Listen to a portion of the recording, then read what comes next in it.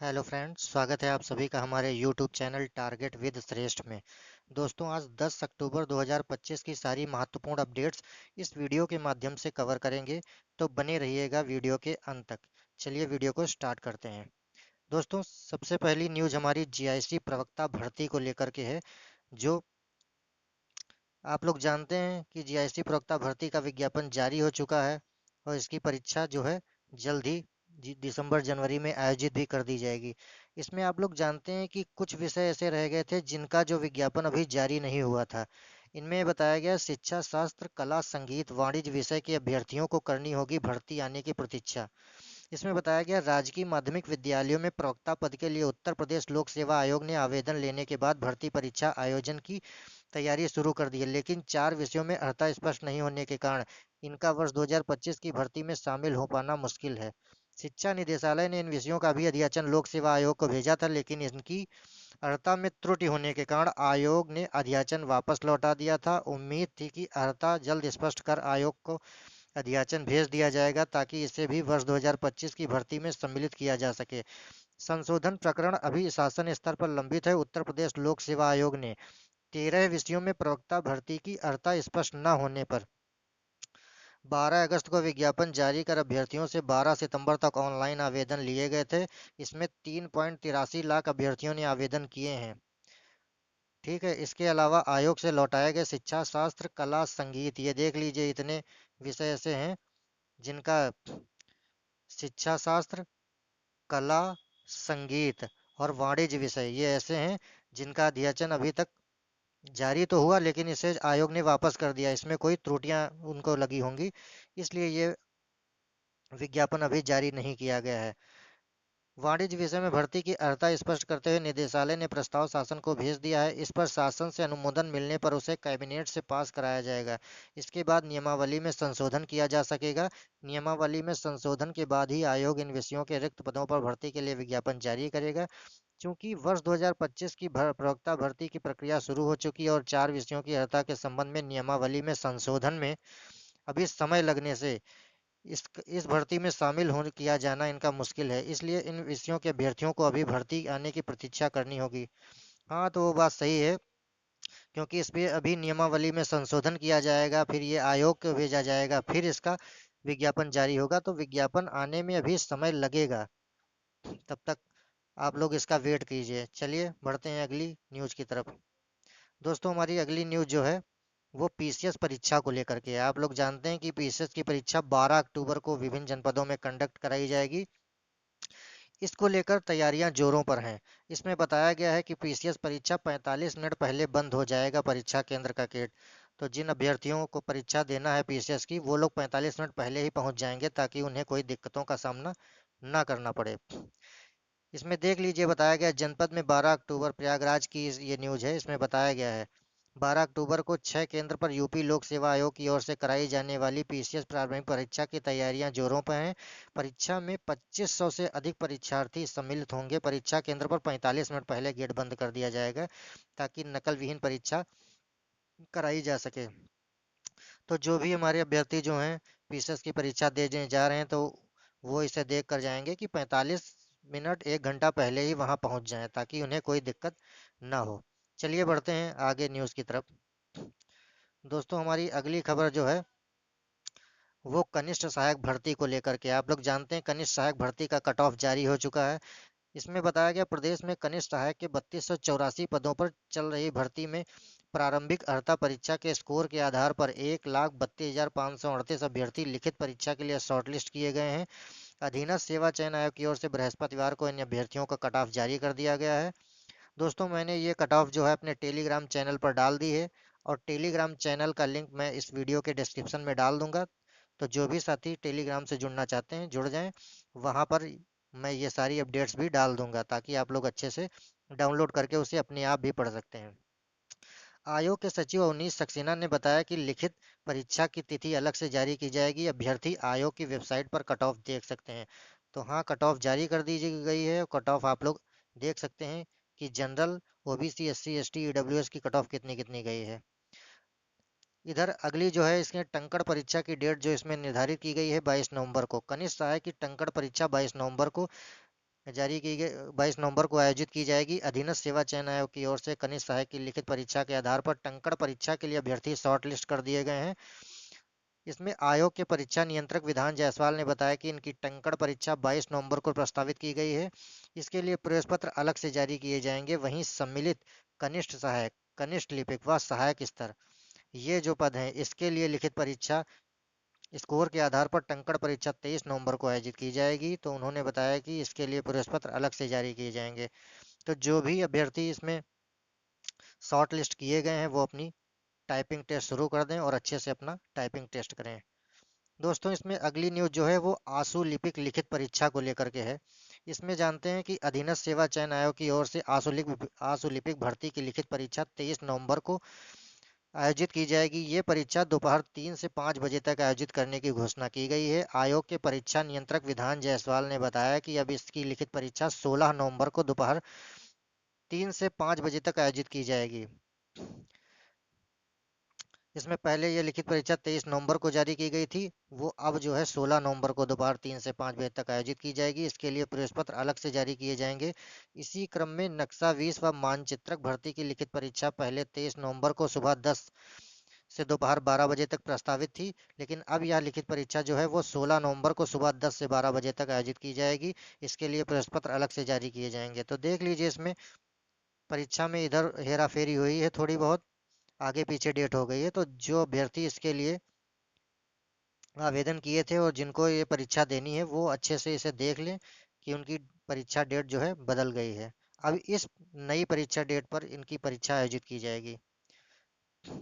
दोस्तों हमारी अगली न्यूज़ जो है वो प्लानिंग असिस्टेंट के 88 पदों पर मौका है इसमें। आप जानते हैं बिहार कर्मचारी चयन आयोग ने चतुर्थ स्नातक स्तरीय संयुक्त प्रतियोगिता परीक्षा के लिए आवेदन आमंत्रित किए हैं। इसके तहत प्लानिंग असिस्टेंट के 88 पदों पर भर्तियां की जाएंगी।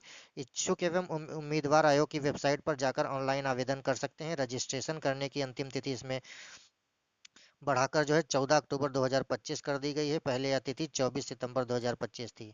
आवेदन की अंतिम तिथि 16 अक्टूबर 2025 है। तो जो भी साथी इसके लिए आवेदन करना चाहते हैं वो 14 अक्टूबर 2025 14 अक्टूबर 2025 पहले यह तिथि 24 सितंबर 2025 थी। आवेदन की अंतिम तिथि 16 अक्टूबर 2025 कर दी गई है। इसमें योग्यता बताया गया मान्यता प्राप्त विश्वविद्यालय या संस्थान से स्नातक की डिग्री होनी चाहिए। इसमें वेतन जो है 44,900 से 1,42,400 रुपये ग्रेड पे है। विभाग योजना एवं विकास विभाग है। आयु 21 से 37 वर्ष है। इसमें हेल्पलाइन नंबर भी दिया गया है। ये देख लीजिए सारा कुछ दिया गया है इसमें। आयु सीमा इसमें जारी कर दी गई है। जो आरक्षण की श्रेणी में आते हैं उन्हें जो है छूट भी दी गई है। तो चयन प्रक्रिया जो इसमें प्रारंभिक परीक्षा, मुख्य परीक्षा और दस्तावेज सत्यापन के आधार पर योग्य उम्मीदवारों का चयन किया जाएगा। आवेदन शुल्क 100 रुपये है। तो देख लीजिए जो भी साथी जो हैं वो प्लानिंग असिस्टेंट के पदों पर आवेदन करना चाहते हैं वो कर सकते हैं। इंडियन बैंक में दोस्तों वैकेंसी आई हुई है 55 पदों पर। इंडियन बैंक ने सीनियर मैनेजर के 55 पदों पर भर्ती के लिए आवेदन आमंत्रित किए हैं। इच्छुक उम्मीदवार आधिकारिक वेबसाइट पर जाकर 13 अक्टूबर 2025 तक ऑनलाइन आवेदन कर सकते हैं। इसमें सीनियर मैनेजर आईटी के पद 25 हैं। सीनियर मैनेजर इंफॉर्मेशन सिक्योरिटी के 15 पद हैं। योग्यता उपरोक्त दोनों पद कंप्यूटर साइंस आदि में बीई, बीटेक, एमएससी या एमसीए की डिग्री हो एवं संबंधित क्षेत्र में 5 वर्ष का अनुभव भी हो। इसमें आयु अधिकतम 33 वर्ष दी गई है। Senior manager corporate credit analyst पद 15 है। योग्यता सीए हो या फाइनेंस में एमबीए की डिग्री हो एवं संबंधित क्षेत्र 2 से 4 वर्ष का अनुभव हो। इसमें आयु सीमा भी अधिकतम 33 वर्ष है। वेतन देख लीजिए 85,920 से 1,05,280 रुपये देना होगा। चयन प्रक्रिया लिखित और साक्षात्कार के आधार पर होगा। आवेदन शुल्क 850 रुपये है। सीएसटी दिव्यांग के लिए 100 रुपये है। तो देख लीजिए जो लोग भी इंडियन बैंक के लिए अप्लाई करना चाहते हैं और उनके पास ये डिग्री हो तो वो लोग अप्लाई कर सकते हैं।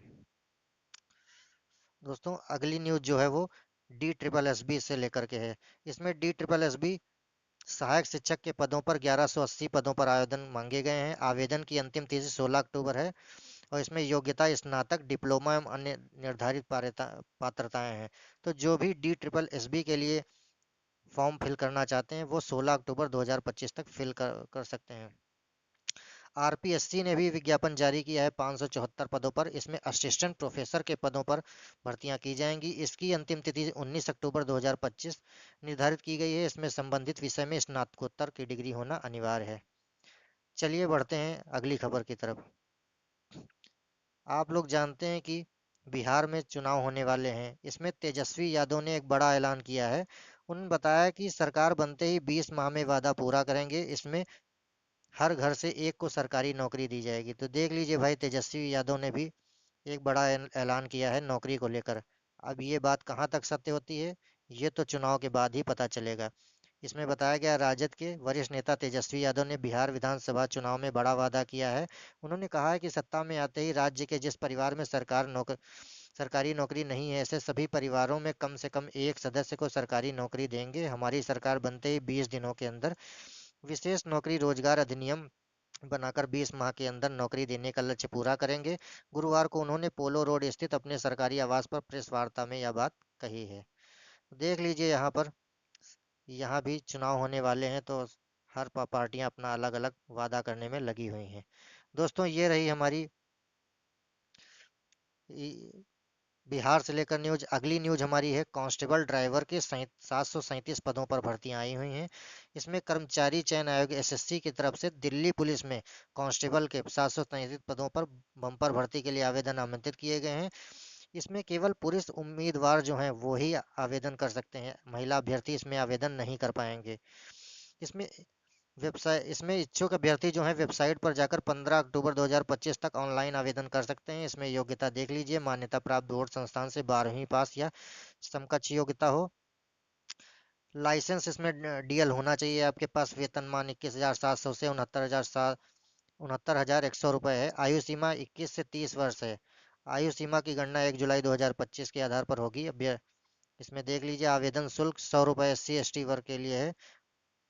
ठीक है, इसमें सारा कुछ चयन इसका जो है, लिखित परीक्षा, शारीरिक दक्षता परीक्षा, शारीरिक मानसिक परीक्षण, ट्रेड टेस्ट के आधार पर चयन किया जाएगा। शारीरिक दक्षता परीक्षा इसमें दौड़ दी गई है 1600 मीटर 30 वर्ष तक 7 मिनट में, 30 से 40 वर्ष तक 8 मिनट में, 40 वर्ष से अधिक 9 मिनट में पूरी करनी होगी। लंबी कूद 30 वर्ष तक 12 फीट है।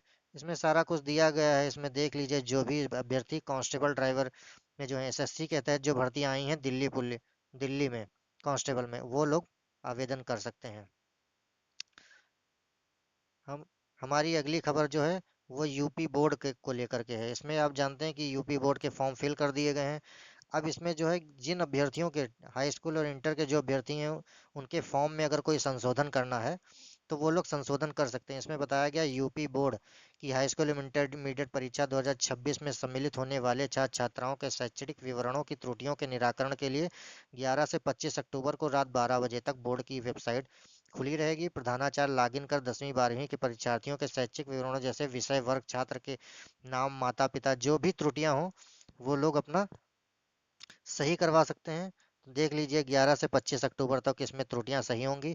जिन अभ्यर्थियों के नाम में, पिता के नाम में कोई त्रुटि हो तो वो अपने प्रधानाचार्य से मिलकर इसे जो है सही करवा सकते हैं। 11 से 25 अक्टूबर तक इसके लिए समय दिया गया है।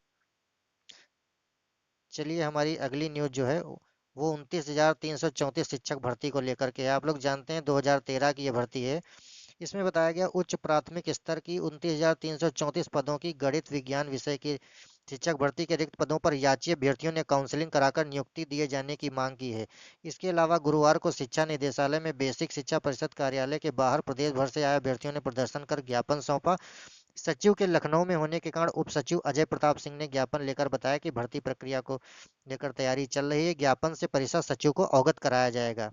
अभ्यर्थी विजय शंकर ने बताया कि वर्ष 2013 की यह भर्ती अभ्यर्थियों के शैक्षिक एवं प्रशिक्षण प्रमाण पत्रों के आधार पर काउंसलिंग के माध्यम से कराई गई थी। इस कारण एक ही अभ्यर्थी एक से अधिक जनपद में चयनित हुए तथा उनका नियुक्ति पत्र निर्गत किया गया। इस तरह चयनित अभ्यर्थी किसी एक ही जनपद में नियुक्त होकर कार्य कर रहा है। इसके कारण अन्य जनपदों में पदों की संख्या रिक्त हो गई है। तो इसमें बताया गया है कि जिन अभ्यर्थियों ने 31 दिसंबर 2019 तक कोर्ट में याचिका दायर की थी, सिर्फ उन्हीं अभ्यर्थियों की काउंसलिंग कराकर रिक्त पदों के सापेक्ष चयन किया जाएगा। देख लीजिए, इसमें दिया गया है 31 दिसंबर 2019 तक याचिका लगाने वाले सुप्रीम कोर्ट में जिन अभ्यर्थियों ने वाचिका लगाई थी 31 दिसंबर 2019 तक उन्हीं की नियुक्ति की जाएगी। बेसिक शिक्षा परिषद कार्यालय पहुंचे अभ्यर्थियों ने जल्द नियुक्ति के लिए ज्ञापन सौंप दिया है। देख लीजिए, ये 29,334 शिक्षक भर्ती का मामला है।